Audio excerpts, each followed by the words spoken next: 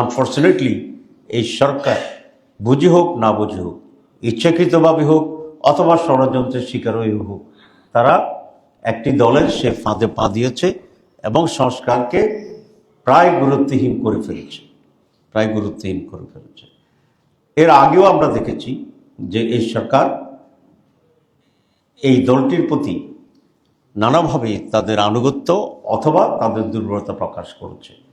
সেটা শুরু হয়েছিল লন্ডনে গিয়ে নির্বাচনের তারিখ ঘোষণা করা, অন্যান্য দলগুলোর সাথে আলোচনা না করেই নির্বাচন কমিশনের রোডম্যাপ ঘোষণা করে দেওয়া এবং বিভিন্ন সময়ে তাদের আচরণে একটি দলের দাবিকে অধিকতর গুরুত্ব দেওয়ার যে প্রবণতা, সবটা মিলেই আজকে জাতির কাছে এটা প্রতিমান হয় যে এই সরকার এখন আর নিরপেক্ষ সরকার নয়।